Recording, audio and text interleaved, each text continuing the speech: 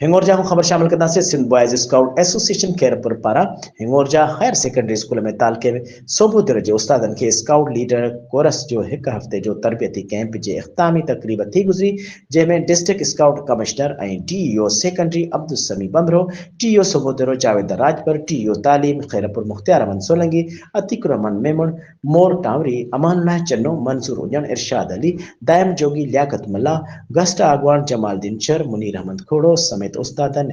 Scouts training कंदड़ शिरकत कई जॾहिं त टीओ तालीम अब्दुल समी बमरो स्काउट ट्रेनिंग कंदड़न में सर्टिफिकेट तक़सीम किया उन मौके ते टीओ तालीम अब्दुल समी बमरो खिताब कंदे चयो त स्काउट्स जी तरबियत वारो शानदार प्रोग्राम मुनक़िद करण जस ॾियां तो स्काउट्स जी तरबियत तमाम ज़रूरी हुजे थी उस्ताद तरबियत हासिल करण बैदि पंहिंजे इदारे स्कूली शागिर्दनि खे पिण अहिड़ी तरबियत ॾियनि हिन ऐलान कयो त खैरपुर ज़िले जे समूरनि स्कूलनि खे हिकु पीरियड स्काउट तरबियत ॾियण शुरू थींदी जंहिंमें ट्रेनिंग हासिल कंदड़ उस्ताद शागिर्दनि खे पिण अहिड़ी ट्रेनिंग ॾींदा हुन चयो त खैरपुर ज़िले जे 8 तालुकनि में अहिड़ा तरबियती प्रोग्राम मुनक़िद कया वेंदा हुन जो तालुके सोबो दरे जे 50 खां वधीक उस्ताद स्काउट जे हिकु हफ़्ते वारी ट्रेनिंग प्रोग्राम में हिसो वरितो आहे।